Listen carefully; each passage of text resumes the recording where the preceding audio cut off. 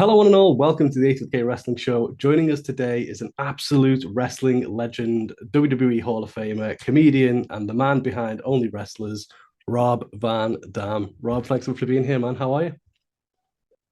Fantastic, as I like to say. Thanks for having me on, guys. Glad I was able to connect with you. Oh, thanks for being here. Yeah, no, awesome. Thank you very much. Um, so we'll sort of kick off if we could. Obviously, you've launched Only Wrestlers, which is a platform giving fans access to exclusive content. Sorry, from their favorite stars. So I just wanted to sort of ask, sort of, what inspired you to create the platform, and sort of how do you see it sort of changing the game for wrestlers? Yeah, so I never had an interest in, I mean, I shouldn't say never, maybe when I was a kid, but I never thought that I would be wanting to run a wrestling company. Even Office is not where you would normally find RVD, you know. It's not where I would see myself. However, some wrestling promoters, they were running a group called UWW. My wife, Katie Forbes, was wrestling for them. She was their champion. And so I would see these guys and we would talk.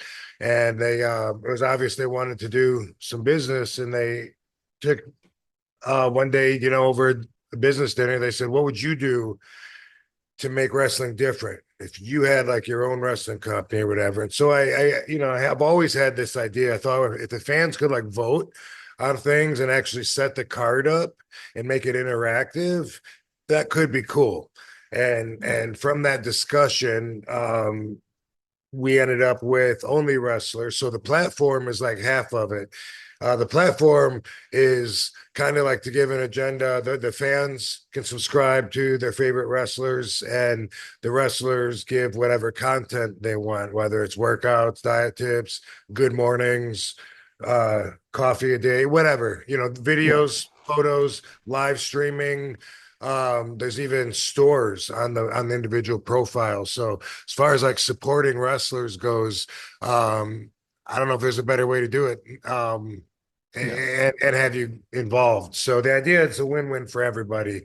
And then once the fans become followers and join Only Wrestlers by subscribing to the wrestlers, then they become part of the association, and then the whole association helps move it forward. So they vote on who wrestles who or whatever. The votes will change. Um, Yeah. the more we grow, the more leverage their vote will have, the bigger issues they'll be voting on, like bringing us, what town should we come to? And really there's no limit. We've had talks on if we grow to this level, what can we do? If we grow to this level, what can we do? And we're really at the starting phase where we have somewhere close to 300 wrestlers on there right now. And still a lot of my friends aren't even on yet. I keep telling them when I get time, I'll teach them how to use it or whatever. So we're still at Yeah. that stage. And the website still has a couple of bugs. Every once in a while, I was, "Hey, how come I can't load this video?" So while we're working on that, we're having a lot of fun with it. In the first week that we opened up, we had followers from over 25 different countries. So Oh, That's it's awesome. something that, like I said, I hope it's a win-win for everybody. The fans and the wrestlers also get a commission if they get anyone else signed up to it. So there's a chance for them to make more money that way as well. So oh, Only nice. wrestlers. Yeah, I mean, you talk about the growth. Obviously, we've seen some huge names already signed up. What's the reaction been like from the talent, and can we expect obviously that number to continue growing? Yeah, so that's the goal. We're gonna keep growing. The sky's the limit. We have a couple of independent groups like Wildcats, maybe, and also JCW, the Juggalos, Mm. and we're working with them trying to figure out what we can do to help each other grow. Um, you know, uh, we just did our first live wrestling show last week. What was the 20th of March? And that was our very first show, all of us running together as a kickoff. And the wrestlers want to be on the card. And so we're finding that has more of them interested in joining the platform, even if they weren't before. Because if they're not on our platform, then they're not going to get booked on our cards because Yeah. that's our talent roster right there. So Yeah. so so that seems to be helping that's helping in a way that's like synergetic. More Yeah. people signing on for the wrestling, and the wrestling is getting more people signed on, and so it'll keep growing. Awesome.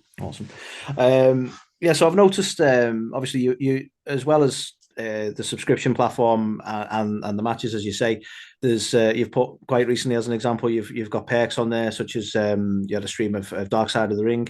So I just wondered sort of what other sort of membership perks people can expect with Only Wrestlers. Yeah, so well, when you become a member, by the way, some of the memberships are free. Mine and Katie's and Only Wrestlers are always free, so it doesn't even cost you money to sign up. Some of the other wrestlers are free. Some of them might be $6.95. The $6.95 price is what we charge for the live stream. So when we did our show last week, and when we do the next one, which I think is May 29th, you can buy a ticket to watch the live stream for $6.95, or for the same price you can subscribe to one of the wrestlers, and then as a membership benefit you get to watch the live streams if you're a member already. So that's another benefit. And we also have a chat room on on Only Wrestlers, just for social get together. Like, we can go there right now to the community chat center and see who's in there, just to start a conversation or socialize. Could be every wrestler and every fan at the same time in there. So what we want to do is really we want to make the homepage like a go-to, like a hub for wrestling. We're showing we're learning to put more and more clips from our roster that they're posting on Instagram or whatever. But we want to do our podcasts actually there on the homepage as well. So that's one of the many things that we want to grow into. Oh, nice. Yeah, so hell of a lot of bang for your buck there. Indeed, yeah. So we can take it right the way back. Obviously, we first saw you on TV when you were kissing Ted DiBiase's foot. Obviously, you got $100 to kiss his foot. Do you remember what you spent the money on? I do actually. I think or I lump it in with something else that I'm thinking about. But I wanted a motorcycle, and that was cool at the time. The kids were riding dirt bikes around, and I remember that my dad, he liked the idea that I wanted something that would get me away from comic books, and he wanted me to save my money. And he actually, I think the $100 was part of what I bought that bike with, and also I sold some comic books, which I hated doing. And then afterwards, I had money left over, so I was like, "Oh, I didn't have to get rid of those. Yeah. They're really special to me." But my dad was against them. Somehow he thought that the comic books were robbing me of my childhood. Oh, nice. I'm almost tempted to ask, do you remember what comics they were? And because they tend to appreciate some value, don't they? So I guess not specifically which comics they were that I bought at that time with that money, but I can tell you that I grew up on Marvel, and I used to have a standing Wednesday pull list, as they called it, where they would pull the comics that came out and have them holding for you. I think it was Wednesday, and I was way into Spidey. Like I had like 4 or 5 different titles: The Web of Spider-Man, Amazing Spider-Man, Peter Parker, The Spectacular Spider-Man, the Marvel Team Up with Spider-Man. Ghost Rider was my guy. I was really hardcore into finding any rare issues that maybe I don't have yet, when it came to Ghost Rider, and even Hulk, the Incredible Hulk at that time I was into. So always Marvel for me. So are you still a Marvel guy now then? I'm digressing from the original questions, but I'm curious.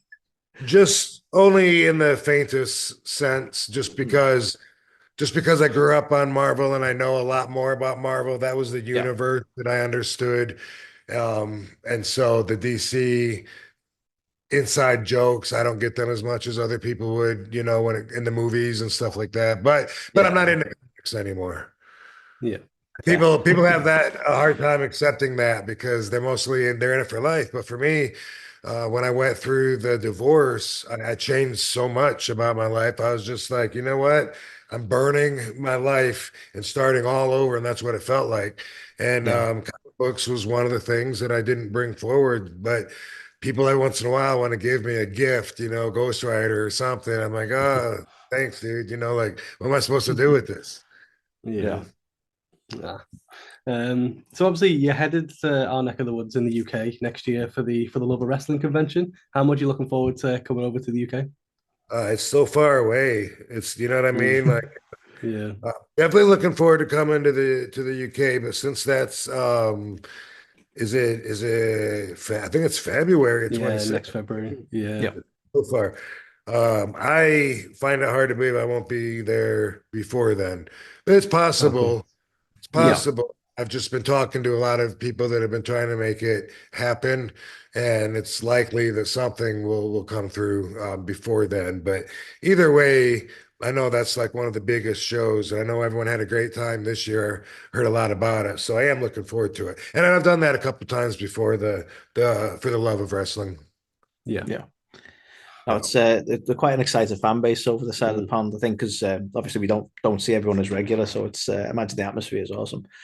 And you've been over here a lot over the years. I just wondered, do you have any particular favorite memories or thing about the UK or even a particular location? Not that we're trying to put your bias towards Liverpool or anything like that, but That's where you guys are from, huh? Well, it's yeah. funny you mentioned that because my wife and I discovered that we love Liverpool. And Nice. that was when you probably remember this independent group popped up called Five Star Wrestling. Mm. And anyway, they had big plans. They were going to do like 37 or 38 weeks in a row of TV. And so they signed a bunch of us wrestlers up. This was seems like 5 years ago, roughly. So I'm not sure what it was before COVID. Might have been 2017, could have been Mm. 19, somewhere in there anyway. Rey Mysterio, Carlito, bunch of us guys. And we had the option. We could fly back and forth every single week, or we could stay there, whatever. These guys were shelling out too much money, which is why they didn't last real long. But what my wife and I did, which was awesome, was we would come home every other week. So we would go there, and then when it came time to come home, let's just stay in the UK for a week, and then next time we would go home, and that worked for all of the 5 weeks that they stuck around. But we loved that's where we went. That's where we went was to Liverpool, and that's where we had the best time. We were on our days off, just going around finding food and then even checking out the bars at nighttime. And my wife calls it the happiest place on earth. Yeah, especially after you've had a drink. Everybody, Oh yeah. everybody was, yeah, there's an outside venue there where they were doing hookah. And it was like in the middle of like a kind of like a town square, whatever. And just everybody just seemed so happy and friendly, and it's like they were all having fun. And we really did enjoy it, and we love Liverpool. Yeah. Happy, by the way, happy 420 Las Vegas time. Love it. Love it. Perfect time. Yeah. So I believe you were actually in attendance at WrestleMania 3. So being there live, I've got to ask, what match was your favorite? Was it Savage and Steamboat? Was it Hogan and Andre or another match entirely? Yeah, the Savage Steamboat match did stick out as my favorite, and it wasn't the match that I was looking most forward to because I was just such a big fan. I wanted to see my Yeah. favorite, and I was wrapped up into the whole Hogan Andre angle, just like the rest of the world. Yeah. They told us that match had never happened before. Andre had never been slammed before. Like we bought it all, um, but I do remember being blown away by that match with Steamboat and Savage, and I don't think I'd seen anything like that before. It made me realize that there's a certain competitive style of wrestling that's like so honorable. These guys had me thinking they were going to win every time they would do a cover and kick out, and I was in awe to such a to such an extent that I still just remember that as just being jaw dropping. Yeah. Yeah, it was a hell of a match. So I just wanted to ask as well about the late Lanny Poffo. Someone who arguably doesn't really get the credit he deserves today. But you've mentioned he was your favourite, so I just wanted to sort of ask what it is about Leaping Lanny that you think sort of, or that made him your favourite, I suppose. Yeah, well, he was different. That was the whole thing, that he was different. So I was watching him as an enhancement guy before he was the genius and had that, for him, that was probably his favorite time when he was a genius and got a little run in WWE, probably made a little bit of money there. But before that, when he was just another jobber that for us to get behind that could possibly win, I was behind him every time. I was just like, man, tonight's gonna be his night. He's gonna win this match finally. And I remember reading in the WWF magazine that Ricky Steamboat was training him in the gym, and it was probably all bullshit. But I was like, yes, that's what he needs, man. He's gonna take him under his wing, and now he's gonna, you know, he did moves that other guys weren't doing. This was the land of the big guys back then, Uncle Yeah. Elmer and everybody, Adrian Adonis and King Kong Bundy, and everyone they were just big, big guys that weren't leaving their feet a whole lot. So when Leaping Lanny was doing just like flying head scissors and what would be known as a moonsault someday, that stuff really captured my imagination and made me as a fan really interested, intrigued, and made me follow him and think that his limits were on a whole nother level compared to the other wrestlers. Yeah. Yeah, no, that's awesome. Yeah, he definitely doesn't get the credit he deserves, as you say, in the time that he was. Yeah, I'm probably the only one that's ever told him that he was their favorite wrestler. I believe that. Yeah, it's a shame, Yes. honestly. He's a Great guy, wasn't he? legend. So both Triple H and Vince McMahon told you that you changed the style of wrestling, which obviously is a pretty huge kind of comment. Looking at the business today, who do you think are some of the other kind of game changers that have taken it even further?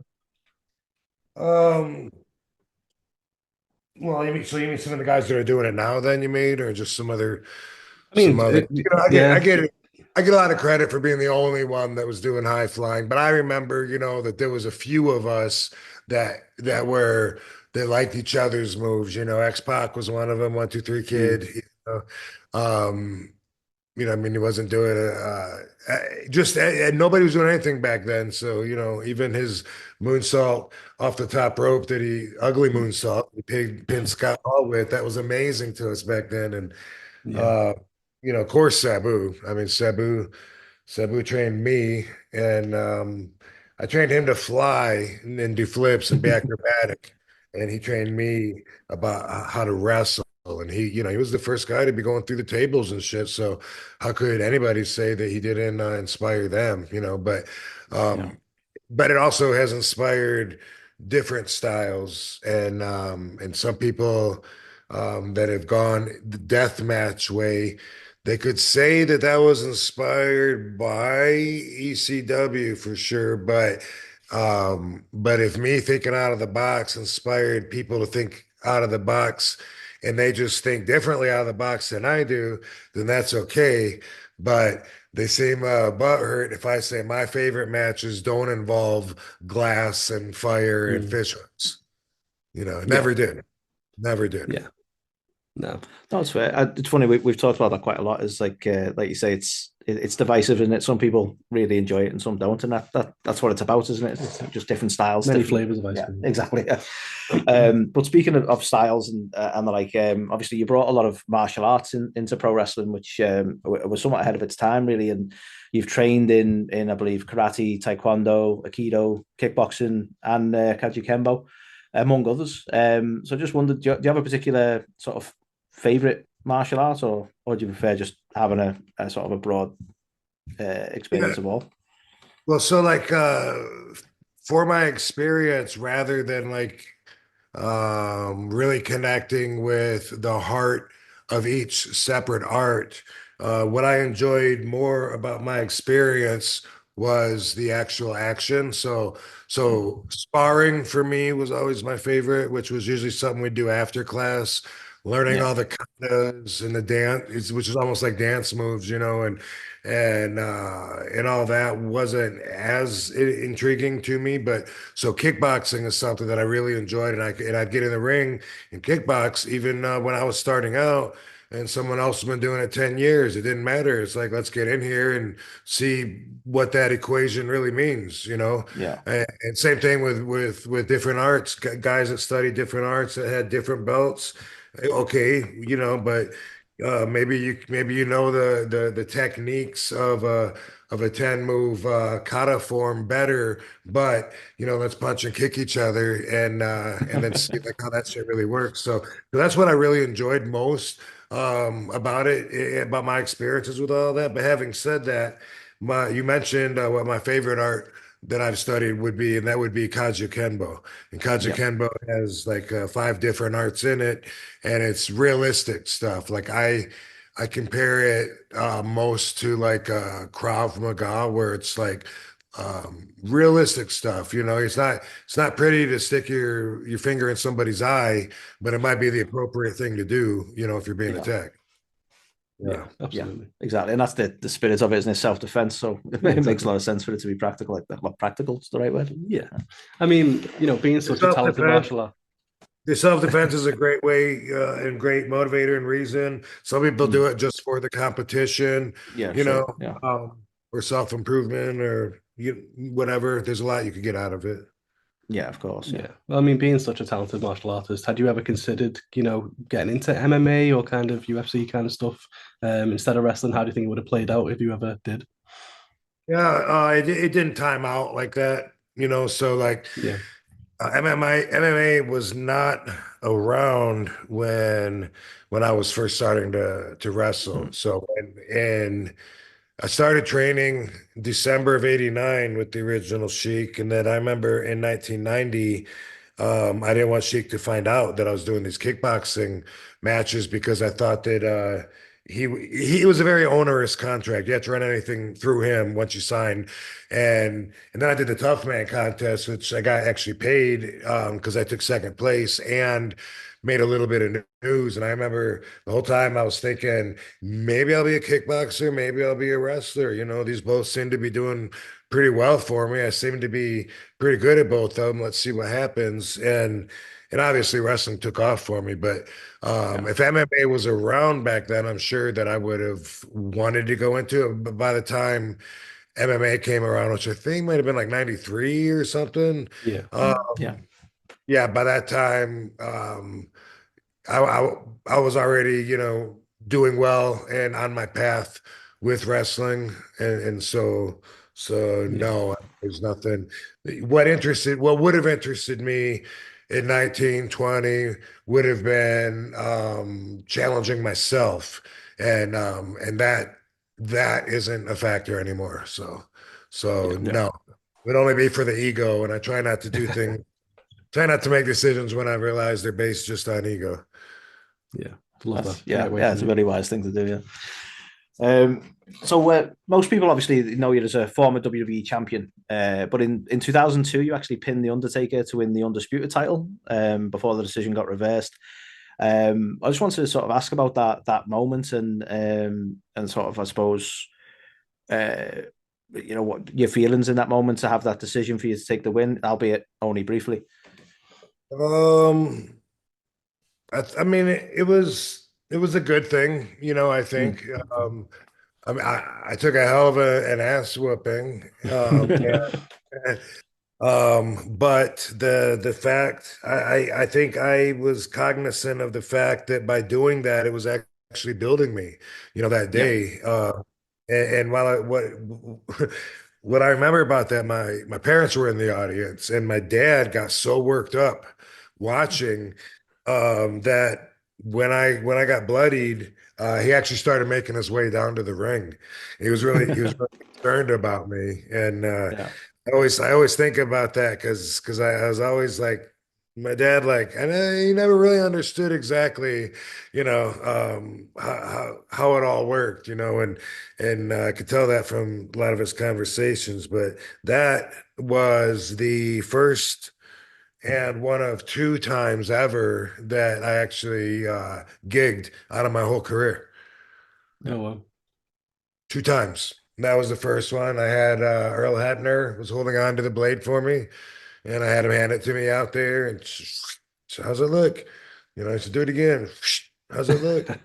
And I'm not into that. Never was.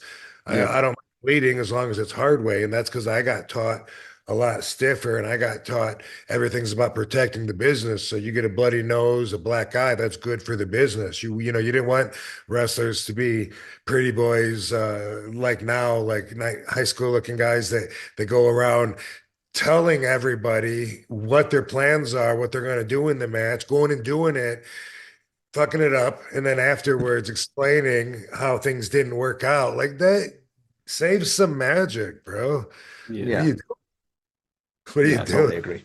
Yeah. No, Anyway, yeah, absolutely. beat up wrestlers always looked good for the business, and from my day and age. No, absolutely. There's a video from 2002. I don't know if you've seen it of you and Stone Cold Steve Austin after Raw went off the air and he goes to hit you with a stunner, but Yeah. just completely misses. What do you remember about that moment and what was Steve's reaction? You think he misses, but I watched it again, and I think his hand hit me on the back of the neck and pulled me down. If you really watch it, uh, I saw that last week or whenever when it was going around, and it's funny, but I can't. Mm. I don't remember it though. I can't say I remember exactly that happening. I didn't know it happened until I saw it, and I wonder when that was because I remember drinking the beer with Steve Austin at a recent, and when I say recent, I just mean like one of my last 5 or 6 WWE appearances. It was Hulk Hogan was there and like I can't remember. It was some kind of reunion show of some kind, and we all ended up in the ring drinking. I don't know if that was, I don't think that was then. I don't think I got a Stone Cold Stunner that night. So that must have been back. Well, you just told me, you said it was like Yeah, it was 2000. 2002, I think. Yeah. Oh, okay. Yeah. Yeah. I don't remember it. Ah, fair enough. Obviously, you were part of some huge moments. You know, the whole effing showtime of ECW, the invasion, ECW's return, and One Night Stand, just to name a few. So I just wanted to ask you, if you had to pick sort of one era where you felt, I suppose, at your absolute peak, which would it be, and why? I suppose. Hmm. I guess when I would say when I was the world champion, after I beat John Cena during that time period, I would consider my peak. And that's because not only did I physically feel indestructible, the fact that I was ECW RVD made me feel like I was invulnerable, like I couldn't be hurt. Yeah. And I had my mindset felt like that. I felt so good before my match with Cena because I just felt like Superman. And I was fighting for everything that I'd ever stood for in my whole career. So that was the buildup for that. And I had so much time in the business. A lot of guys never make it out of the indie scene, and Yeah. and and what they may never even notice what they miss out on learning because they don't want that experience. I didn't used to think I wanted it, but when you go to WWE, you definitely have to do some adjusting. Yeah. I remember talking to Sammy Callahan about that when he was going up there, and he was so excited. And I wrestled. He had everything he wanted to do in the match was so different than what he's going to be told makes sense. And I was like, bro, I'm not going to break your heart. I'm going to let them break it down for you, but you're going to see, like, they're going to teach you like a whole different way, and teach you that the moves that you're doing mean something if you do it a different way than the way you're doing it. And the fact is, even though you go there usually stubborn with too much pride, oh, they told me I was the best on the indie scene. I don't want to hear anything else that, other than I'm the best. But when it comes down to it and they teach you to slow down, sell, It takes a long time, but when you finally do learn to adapt, then you find that it means so much more because you're actually getting into the fans' emotions more. You're letting them take the ride with you and experience it, so you're going to get a better outcome, better results from their response to you. Where you do everything like so fast and don't sell it and keep popping up after you get pile drive, pop up, get Hurricane Rana, pop up, get power bomb, pop up, give the other guy a sidekick. How do you expect people to respond? I mean, they're going to wait till you're done and they're going to clap at your effort for the ballet you just did, but it's not the same thing as when the people in the crowd are feeling your pain with you, and it's part of the art that it is necessary to be completely full rounded. So for those reasons, by the time I had the one night stand match with Cena, I was just seasoned enough at that time to consider myself peaked. Yeah.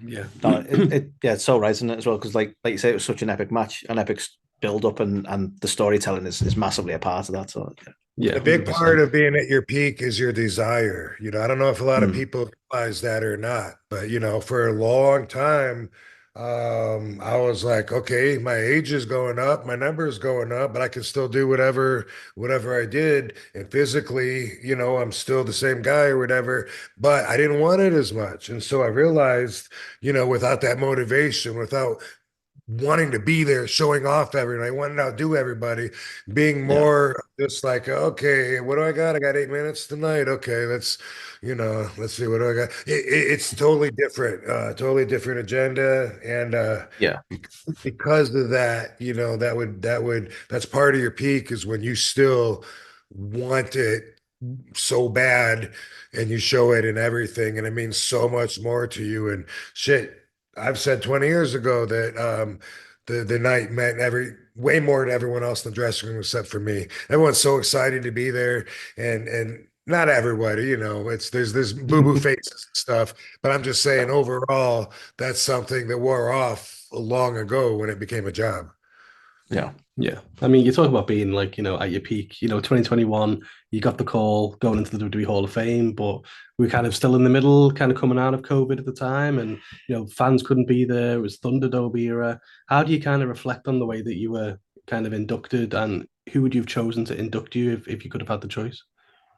Well, it wasn't the best way, but I'm still honored that I'm in the Hall of Fame. It's changed my title. People call me former Hall of Famer now, or Mr. or current Hall. Either way, it's just something. It's something that puts me on another level of elite. So super cool with that. It was in front of an empty crowd. That wasn't real cool. And after watching years and years and years of people, the wrestlers getting their time to get honored and putting people to sleep with their speeches, now all of a sudden, the year that I get inducted, they want us to go 3 to 5 minutes on our speeches. So, not the best year for it. Some people even missed it. But I went way, way over. I thought I'd go over to give them some stuff to edit and have enough, but I had no idea. Like I timed it off of somebody turning the volume up for a reaction every time I'd say something. It'd be like, yeah, and go back out. I just kept doing it and had no idea how much time it was. And it turns out I went 27 minutes. So quite a bit over the 3 to 5 minutes. Nice. Most of that didn't even make it to YouTube. Like 9 minutes of it, I think, made it to YouTube, and there was so much more. And I really didn't know. Like I had no concept of time. It was so weird talking to an empty room to a fixed reaction like that. Yeah. And I didn't have a speech planned and timed out, so I just went and winged it. I'll just feel it. Yeah, but it was cool. Yeah. Nice. Yeah. As you say, it's content for them to work with and edit. It's all good. Yeah. So Molly Holly followed, and I didn't have as much time.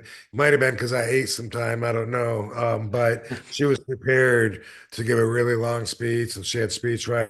It was all set. So she was really disappointed when they told her 3 to 5. Yeah. Little insight for you. Yeah. So obviously we did see you in AEW as well. I just wondered sort of how that came about and sort of what your experience was like there? Yeah, so I've had like 4 or 5 AEW matches. Each one of them were just one-offs, just a contract for the single day. And it started, Tony Khan called me straight up, and it started by him wanting to book me near my hometown of Battle Creek, Michigan. So Okay. I think it was Grand Rapids, and that was going to be like a special because of that. The last time I was booked, which was almost a year ago, just about, it was April 20th. And so again, I guess there was a reason to have RVD there because it's 420. We had a 420 fatal 4-way. Yeah. Nice. I love that. You'll never be without work on the 20th of April. It's a big day. We did see you in the crowd this year at the Royal Rumble. You've had a couple of appearances with WWE. Are you under a Legends deal with them at the minute? And if so, is there anything in the works with them? Any kind of content or anything? I am under a Legends deal. Have been since probably 2020, I think, maybe 21. People just found out, so then all of a sudden their opinion of me changes. Oh, he's saying that because he's getting paid by them. It doesn't work that way. And if you know me, I've always been transparent and open about everything, regardless of who I was working for. But I'm understanding now, especially from talking to fans on X, that a lot of them must have missed my career, and they just know who I am, and so they have an image in their mind of who I am, and if it doesn't match the real me, then they're butthurt about it, But that's just the way it is. But I enjoyed it with AEW. Tony Khan was super cool. I actually would prefer, and I like my match with Swerve a lot too, but I actually would prefer working with some of my peers. I think that would be awesome, and bring back like RVD versus Edge or Jericho or Christian or something like that, instead of just working with the new guys who, it's a dream match for them to wrestle RVD. But at the same time, they're dreaming of doing their silly moves to me that wouldn't even been allowed in the ring, some of them before, because it's so different now. Yeah. Like you say, it's a real shame because it would be great to have some callbacks to some. Oh God, yeah. So obviously we have to mention Paul Heyman's Hall of Fame induction as well. I would have him induct me to answer the rest of your question. Yeah. Oh yeah, that's fair. Yeah. Best talker. Yeah, that'd be hard to top. Yeah. But having been through it all with Paul, I just want to ask, sort of, how happy are you for him being inducted? Very happy. He got his flowers, and it's awesome to see, because 2001, when I came to WWE, he was my supporter in the office against majority ruling a lot of times, and he got a lot of heat for that. For always trying to push me, trying to push the ECW agenda. Again, when we brought ECW back in 2005, it was the office telling him that his ideas were crazy, and it was a lot of fighting, a lot of stress. He left a few times. I remember one time I was on Big Show's bus, and like we'd always talk about, oh my God, you know what? When my contract's up, I'm out of here. This sucks. We'd always have those kind of conversations, and I meant it. Paul came out one time to the bus in the middle of the day and said, "I just quit. I'm waiting for the taxi." I said, "Really? Like you quit? He said, "I'm waiting for my taxi right now. I'm so glad I just did that." And he would get in there and scream and fight with them. And so I gradually saw him getting more respect. The younger guys, the wrestlers, all respected his opinion. They all grew up on ECW, which Vince didn't have any respect for. And seeing Paul work his way up to where he's a major player and makes major decisions that affect not just the talent, but things they're going to do on the show, and he's credit for his experience and his ingenuity. That's fucking golden. He deserves it. I'm glad to see him in his position, and I believe he's doing quite well for himself. Absolutely. So you've always been a performer, whether it's in the ring or on the mic, but obviously you've done a lot of stand-up comedy as well, which is a whole different beast. What kind of gets your heart pumping more? Is it cutting a promo in front of a live crowd or standing in front of a comedy crowd hoping that they laugh? It's different, but it's very similar, you know. Yeah. And they're both just my message, so it's not like a plead for an expected response. You know what I Yeah. mean? For me, Yeah. so it's like even and by the way, you can look at my YouTube page, The Real RVD, and I have comedy shows that I've done, a lot of them from the last couple of years up there. So you can see it because a lot of people are like, I can't imagine you doing it. Well, it's, there it is. Like a lot of my friends say that it's just like hanging out with me because this is me. What I enjoy is coming up with the material, visualizing it, and then going out there and delivering it and then getting that response from it. But like if they don't laugh at something, then I would think it's on them, not me. Like that's what my ego would tell me because I'd be like, hey, I know that joke's funny, and if they don't get it, then it's just not for them. And that is how I feel. I'm not like trying to meet their needs. I'm out there delivering my message if they can keep up with it, and Yeah. I'm very, very dry, and I look at everybody else as a gimmick, it's like, oh, okay, this other comedian, he does voices like little kids. That's hilarious. Ha ha ha. Oh, Yeah, I this love guy that. screams a lot and demands your attention. You look at him and you're shocked because he screams really loud. That's very funny. Ha ha ha. For me, it's my style is what they call intelligent humor. I like to make the people think, and sometimes they don't all get it. You know what I mean? Mm. Like, but I don't really have a set. Like the last several times, 8 times I went up, I write a whole new set of jokes the day of the show, and that's what I enjoy out of it is doing something new, not going out there and acting. That's what they do is they act. A lot of other comedians, Yeah. like how many times have you seen this? And the audience always buys. They go like, man, my wife told me the other day. You know what she told me? And the audience is going to laugh. Oh, that's so funny. He can't get through what he's saying. He does that every fucking day. You're like, that's acting. And Yeah. anyway, that's how some people do it. But for me, I just look at it like they're working. They're working. It's so easy to Yeah. to get a response out of the audience if you want to dumb it down and bring them to their, at the dumbest level and stuff. But dude, yeah, I'll tell you my favorite joke right now that I like telling is like when I get pictures, people always want to fucking put me in a wrestling move. I'm like, dude, is it? I'm at a convention and they lined up and they're like, bro, is it okay if I put you in a headlock? Like you're not a wrestler. That's what I do for a living. I'm a wrestler, not you. Like I can imagine going to the porn convention and being like, "Hey Tracy, can we get a picture of me sticking my dick in your mouth?" It's a fair point.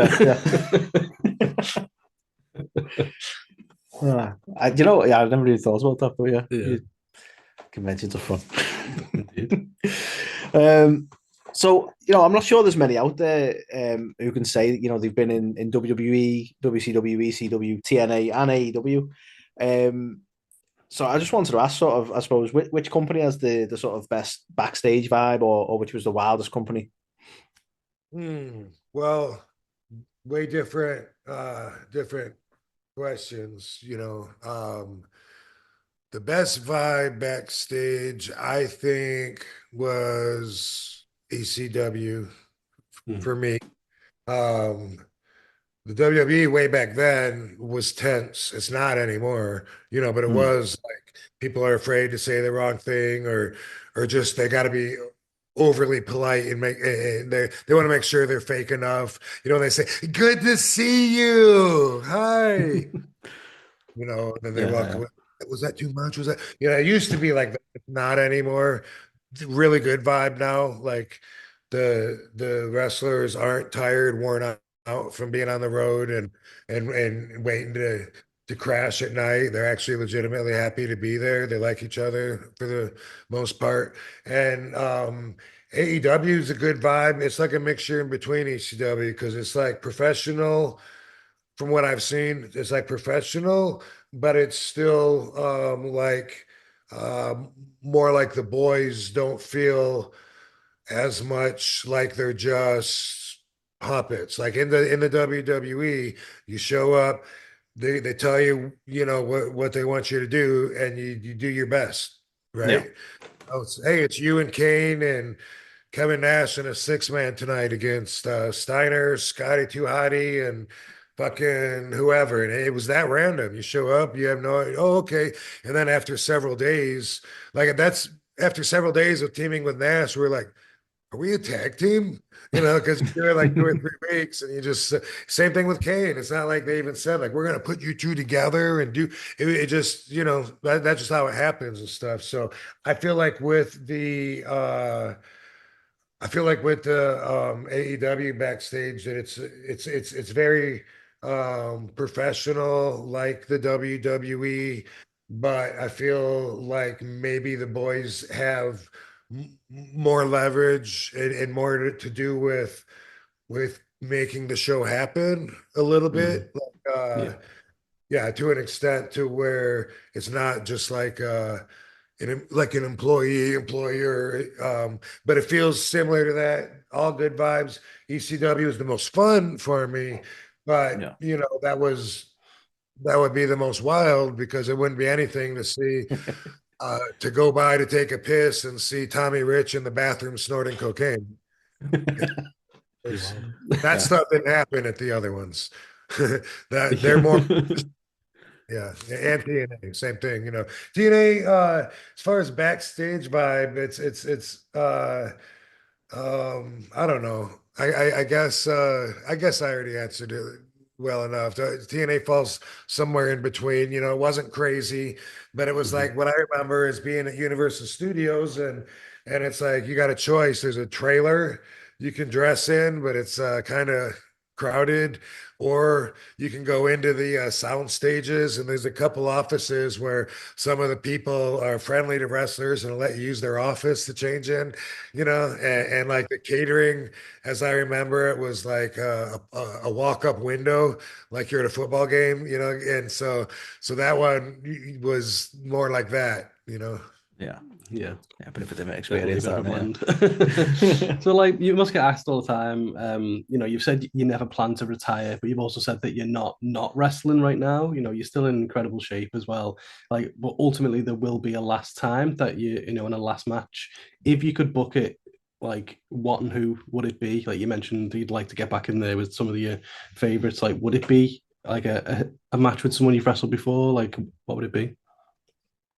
Huh, that's a good question. I don't fantasize about stuff like that, so it's always Yeah. hard for me to come up with answers on dream wrestlers. Hmm,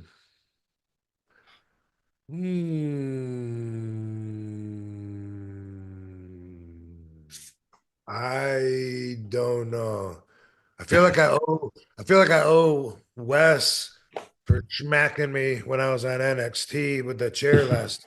So there's a little unfinished business there, but I don't look at that as like an all-time blowout retirement match. Mhm. Sabu will be too broken up by the time I can't go anymore. Uh, um, I don't know. Let me turn that on you. Who would you like to see me wrestle? It's a great one. It's tough. I don't actually know.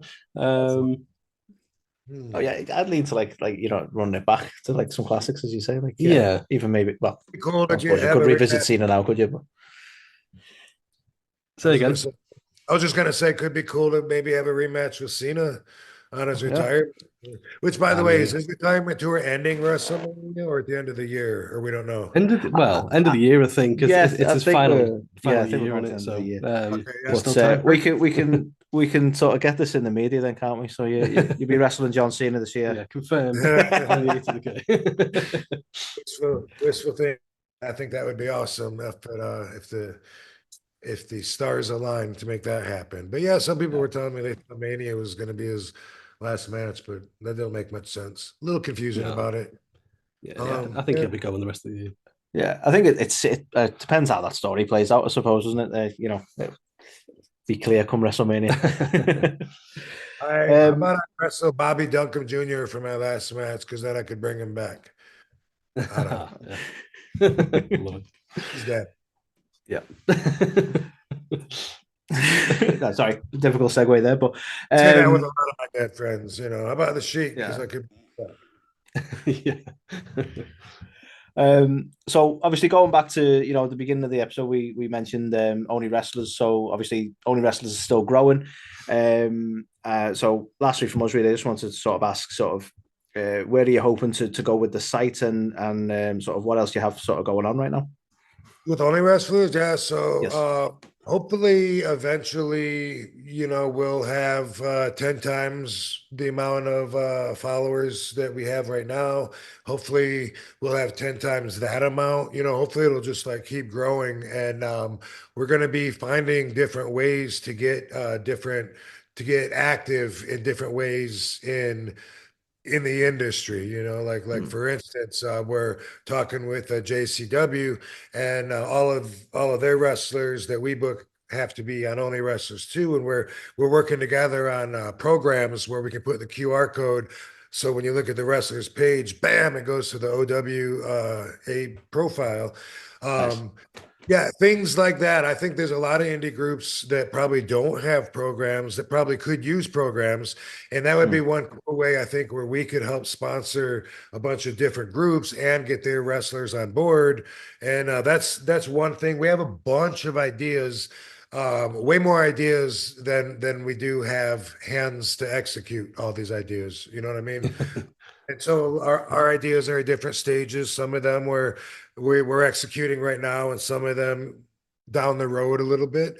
Yeah. But that's one thing that we want to do is just keep growing and then running the shows more regularly and growing with that as well. We did the live stream last time. This time, besides the live stream, we're going to be filming something to start putting a TV episode together, which might just air on YouTube. I don't know.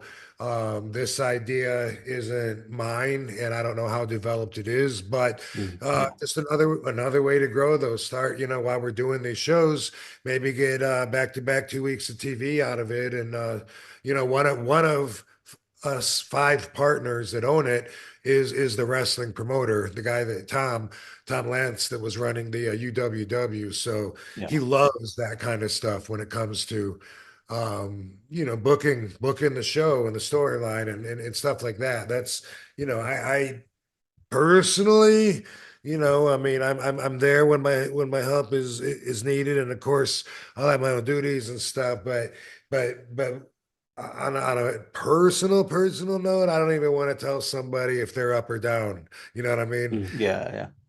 Yeah, like, you think every wrestler, you think every wrestler doesn't want to win? Of course they do. Of course Yeah, they of do. course. People on the outside a lot of times don't think of it. They think everyone's just playing. They're all just one big happy family. And sometimes it can be like that, but throughout my career, that's been rare. It's mostly been a bunch of egos, everyone trying to get themselves ahead in a very cutthroat, competitive environment. And when they tell you, "Hey, you mind putting a big show over," or whoever it is, when they come around and tell you that, trust me, you're trying to hide because inside you're going, fuck, fuck. All right, cool. Yeah, no problem. And nothing on Big Show. That just name popped to my head, but I could come up with names that would be a problem, but I don't want to offend them, But hey, chewing Snitsky up. What? What? Yeah. That's part of the job. But anyway, not a Yeah. part that I want. Yeah, no, I get that. No, I think as you've said, there's many, many exciting opportunities, I think, for Only Wrestlers. Reminds me a little bit of like Cyber Sunday, Taboo Tuesday almost, where you can start booking these kind of things and stuff. So right, yeah, and loads I of had the potential. idea way before that. See, way years ago. Matter of fact, I used to have it when I was in ECW, and I thought that part of the original idea was that the fans would be voting during the show, and you would have somebody come up and tell the wrestlers right before their match. Like that would take a certain caliber of wrestler that could go right out there and do it. A lot of the guys now couldn't do it, but that was the original idea, is that someone would come up and say, Kid Cash, you know, your match is coming up and the people have voted. You ready to find out who you got tonight? You know what I mean? Well, yeah, man, go ahead and tell me who I got, you know. But all right, man, you know, coming up next, and because you know a lot of people want a week to work on their match nowadays, you know. Anyway, I had the idea before Cyber Sunday. I saw when they did it that it was similar, and then I even participated one time on a WWE show. I don't know if it was Raw or SmackDown, but I already had a match, and then a scheduled match, and then at the end of the night, somebody, whoever the fans voted for, was going to wrestle again. I think it was to challenge the champion Alberto Del Rio for his belt, I believe, if I remember right. Yeah. But for sure, it was between me and Dolph Ziggler and Kofi Kingston. Like the fans are voting on who gets to wrestle, and I knew it was going to be me because I'm way more over than them. You know, at that time they were still on their way up. You know what I mean? They were, and I didn't want to work twice. That's all it was for me. I got twice. And all night I kept going I'd pass Dolph, like, come on, Dolph, man, I believe in you, bro. I think you can got it. And I was really hoping it would be him, but it wasn't. It was me, and I had to work twice that night. But I always had that idea about the voting. And last time the voting ended like sometime before the show. Next time it's going to be continued during the show, at least for the first half or something like to that effect. Yeah. Oh, nice. Yeah, we're big fans of that concept. Oh, yeah, 100%. Yeah, can't wait to see how it all goes. But Rob, thank you so much for taking the time. What an absolute legend. Before we let you go, can you just let everyone obviously know how they can obviously get to OnlyWrestlers and your YouTube and everything else you've got going on? Check out OnlyWrestlers.com. See if it's something for you. Check out the group of wrestlers we got now. And the idea with this is, I'm known for listening to the fans and caring about the fans my whole career. This is getting the fans more involved than they've ever been. You know, like you think you could do it better? Here's your chance to prove it. OnlyWrestlers.com. Check it out. If it ain't for you, cool. Some of it, like I said, is completely free. It's a socializing thing, and you know, we're looking to grow. So tell us if you got ideas on how we can grow too. Everywhere else, you can reach me at The Real RVD. A to the K. A to the K. To the K.